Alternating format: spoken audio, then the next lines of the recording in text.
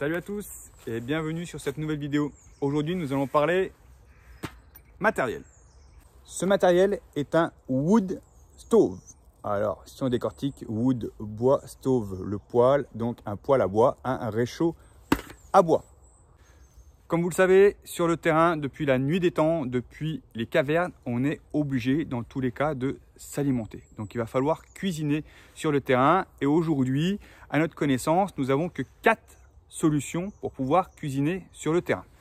Donc la première, effectivement, que tout le monde a chez soi, ça va être l'électrique. Donc ici, sur le côté nature, pas facile de mettre en place. Il va y avoir le côté un petit peu solaire, comme tout le monde dit. Donc là, on est dans le bling bling, hein. Avant de cuire au solaire, c'est bien pour emmener juste des brochettes sur la plage, mais on ne peut pas cuisiner au solaire. C'est vraiment utopique. Donc, on l'oublie. Vous avez tout ce qui est fossile, donc tout ce qui est gaz et pétrole. Donc effectivement, on va sortir un bleuet. Et la dernière solution, c'est le bois qui a toujours existé sur le terrain. Là encore, il y a 4 manières de chauffer au bois. Vous avez le feu de bois qu'on utilise depuis les cavernes, c'est-à-dire un feu nu au sol. Donc le problème des feux au sol, aujourd'hui, c'est au niveau environnemental, hein, tout simplement. Lorsque vous allez tomber en forêt et que vous voyez un feu comme ça par terre, une grosse trace de feu noir, voilà, c'est forcément une bande de jeunes qui fument des pètes et qui boivent de l'alcool. Donc c'est super mal vu et du coup, tous ceux qui font un peu de bushcraft, ils ont un petit peu cette étiquette-là derrière les étiquettes. Donc pour cela, nous avons inventé donc un petit peu les feux surélevés pour éviter de brûler les sols. Donc on part sur la deuxième solution, les bushbox. Alors ça c'est pratique, c'est bien, mais on fait chauffer juste un quart là-dessus. Pour cuisiner, très difficile, à part faire chauffer de l'eau et manger un lyophilisé. Donc jusque là, avant de faire manger une famille là-dessus, il va falloir commencer à brûler du bois et c'est pas gagné, d'accord ? Une troisième solution, ça va être effectivement le poêle de camp, le poêle de tente, de tipi. Vous voyez, c'est ces petits poêles. Mais le problème, c'est qu'aujourd'hui, un petit poêle comme ça fait entre 8 et 15 kg, suivant un petit peu chez qui on l'achète. Donc, c'est pas facile non plus à trimballer, ça prend de la place. Et dernièrement, c'est la cuisinière et le poêle à bois que vous avez tous chez vos arrière-grands-parents, dans tous les cas. Et c'était effectivement, on y mettait des bûches et on cuisinait sur un feu de bois à l'intérieur de la maison. Donc, Decathlon a dit on va fabriquer quelque chose qui est entre la bushbox et le poêle de camp, le poêle de tipi, le poêle de tente qui existe déjà sur le marché. Donc ils ont inventé ceci. Ce réchaud à bois est fabriqué par Decathlon et se trouve au rayon Quechua. Decathlon s'est lancé un petit peu dans le côté nature depuis belle lurette, mais a voulu aujourd'hui créer un rayon un petit peu bushcraft en sortant un couteau bushcraft, en sortant des tarpes un petit peu plus adaptées à la forêt, au bivouac avec des hamacs. Et aujourd'hui, ils ont sorti ce réchaud à bois et on va en parler tout de suite. Je vais vous le déballer et vous allez voir un petit peu le bébé dans une jolie housse. Et vous avez tout simplement, tout neuf sorti de son emballage, un rocket stove quasiment. Donc tout le monde, normalement, tous ceux qui font un petit peu de bushcraft ont essayé de se faire un petit four comme ça, un petit réchaud avec 2 boîtes de conserve qu'on perce. Voilà, donc on s'est tous baladés avec des boîtes de conserve dans nos débuts. Donc n'hésitez pas à essayer, hein, c'est l'expérience qui fait vivre, qui fait mûrir. Mais du coup, ici, Decathlon s'est dit on va faire un truc un petit peu plus conséquent, un petit peu plus sympa que notre bonne vieille boîte de conserve. Donc on va le mettre en place et en route aujourd'hui, on va l'essayer, voir un petit peu ce que ça donne. Donc tout est écrit sur le packaging. Vous avez les dimensions, donc 19 cm un petit peu de circonférence au sol et quasiment 25 cm de haut. Vous avez une trappe pour y mettre des bûches et vous avez des flammes qui se font au-dessus. Ils disent bien qu'il faut quand même regarder le manuel d'utilisation. Et la plupart du manuel d'utilisation, Decathlon fait des trucs sympas, c'est écrit derrière le packaging. Donc en 1, effectivement, mettez du petit bois au fond. Vous mettez du bois par-dessus, du gros bois jusqu'à 15 cm de long. Et vous pouvez donc y mettre cette fois-ci une vraie casserole, une poêle, et on va pouvoir manger et s'alimenter, cuisiner en famille. Donc là, on n'est plus en solo à se faire un lyophilisé, mais on va pouvoir faire du camp sympa en famille.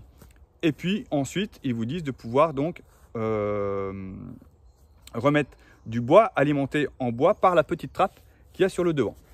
Une fois que vous avez fini, vous mettez de l'eau à l'intérieur, puisque c'est tout en inox, pour éteindre le feu. Vous avez ici une petite pelle dessous, donc c'est un petit tiroir pour pouvoir récupérer les cendres qu'il va falloir vider.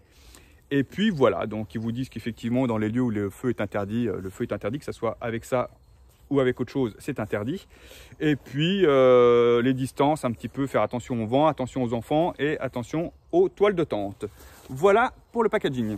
Si je reprends l'objet, ici, vous avez donc le petit tiroir pour les cendres que vous pourrez vider en fin de repas. Et ici, vous avez la petite trappe qui va aussi limiter pour le tirage où vous allez pouvoir rentrer du bois lorsque la casserole sera au-dessus. Donc à l'intérieur, vous avez une grille au fond.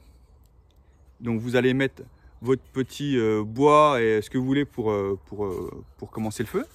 Et ensuite, vous balancez du gros bois et vous alimentez, une fois que la casserole est posée là-dessus, vous alimentez par la trappe.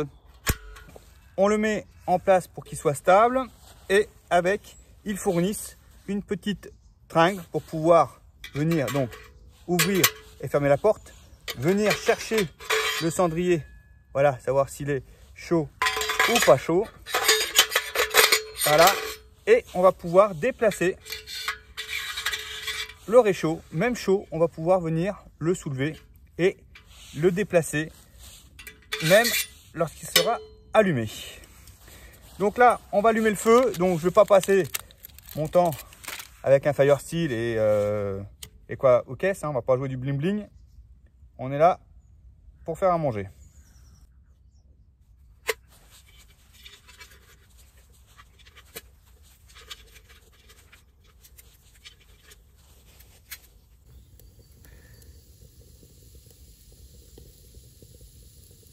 Ça commence à bien partir, on va commencer à mettre du bois un petit peu plus gros.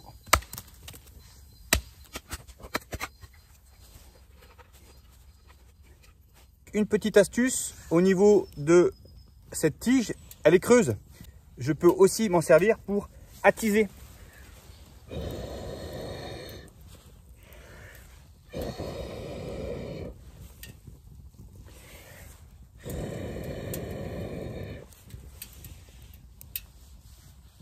Et voilà, mon feu est bien parti. Donc effectivement, une fois que le feu est parti, donc là on a mis du bois qui est quand même relativement humide, hein, il y a plu quasiment toute la nuit. Le temps que le feu brûle ses propres fumées et vous voyez que au-dessus, il n'y a pas de fumée. Donc à partir de là, je vais pouvoir mettre ma petite poêle. Ici, on est vraiment sur un système camp, bivouac, prepper, bad. Vous voyez, derrière moi, j'ai donc mon petit chalet au fin fond des bois. Donc au lieu de sortir un bleuet et de faire chauffe au gaz, effectivement, pourquoi pas utiliser donc ce réchaud à bois. L'inconvénient, on va dire, c'est qu'effectivement, pour ceux qui veulent se faire une grillade, il n'y a pas de grille.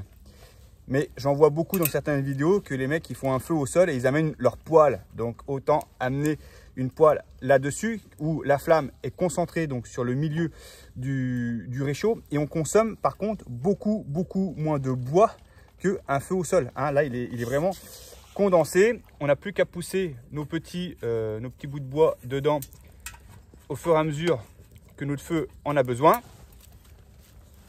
Et c'est parti.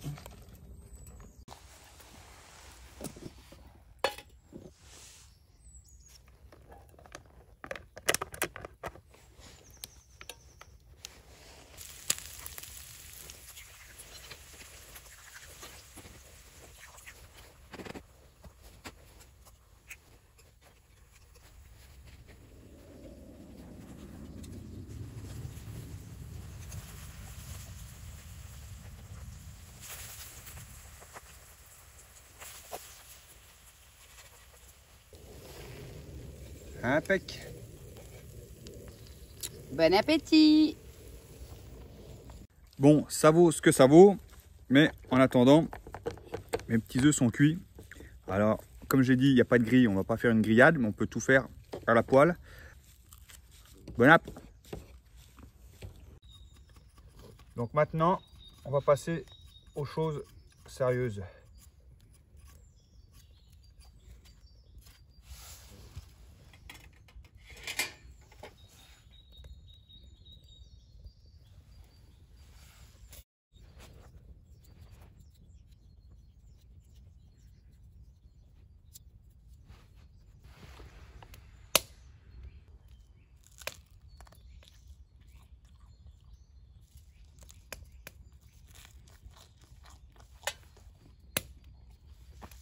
Donc là, le réchaud est très chaud puisqu'on vient de finir donc les chamallows. Donc effectivement, vous pouvez le trimballer. Ok. Et donc là, on va donc l'éteindre. Donc de l'eau, bien entendu, on ne jette pas les cendres et les braises comme ça en pleine nature. Bon là, on est en plein hiver. Bon, je pense pas que ça reste grand chose, mais on va venir, voilà, on peut venir donc éteindre directement. On noie tout, voilà. On rince un coup de réchaud.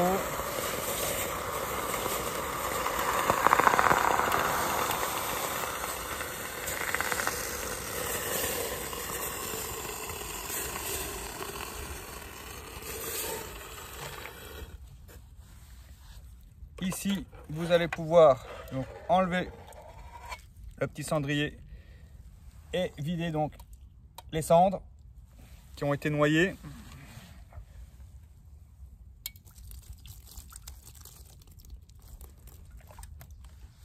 Voilà.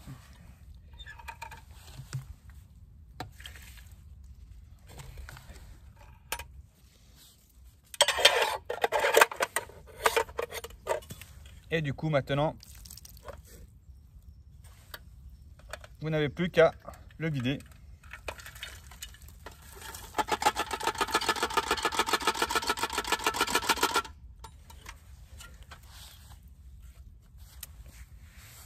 Voilà, votre réchaud peut être donc pris. Maintenant, comme c'est de l'inox, ça refroidit super vite. C'est froid. Vous n'avez plus qu'à le remettre dans son sac pour une prochaine petite sortie. Donc, quand? Voilà, j'espère que cette petite vidéo sur le réchaud Décathlon vous a plu. Alors, encore une fois, je répète, vous n'allez pas emmener ça ni en trekking ni en randonnée. Il fait 1,7 kg, donc il est beaucoup trop lourd et beaucoup trop encombrant. Maintenant, pour tout ce qui est un petit peu prepper, survivaliste, tous ceux qui ont un camp, une petite bad ou quelque chose comme ça, c'est un moyen, on va dire, supplémentaire, ou pour ceux qui veulent faire tout simplement un petit pique-nique en famille pour aller griller 2-3 chamallows avec les gamins. Ça peut être une excellente alternative. Alors certains vont me dire, bien sûr, prends une jante de 2 chevaux, ça fait exactement la même chose. Bon, c'est un peu moins sympa que ce petit réchaud. Je vous laisse comme à chaque fois conclure de vous-même cette vidéo, savoir si ça vous a plu ou pas, si vous l'achèteriez ou pas. Comme d'habitude, n'hésitez pas à liker, de commenter en bas pour voir un petit peu quels seraient vos choix. N'hésitez pas de vous abonner, n'hésitez pas de partager. Et moi, je vous dis à une prochaine. Salut!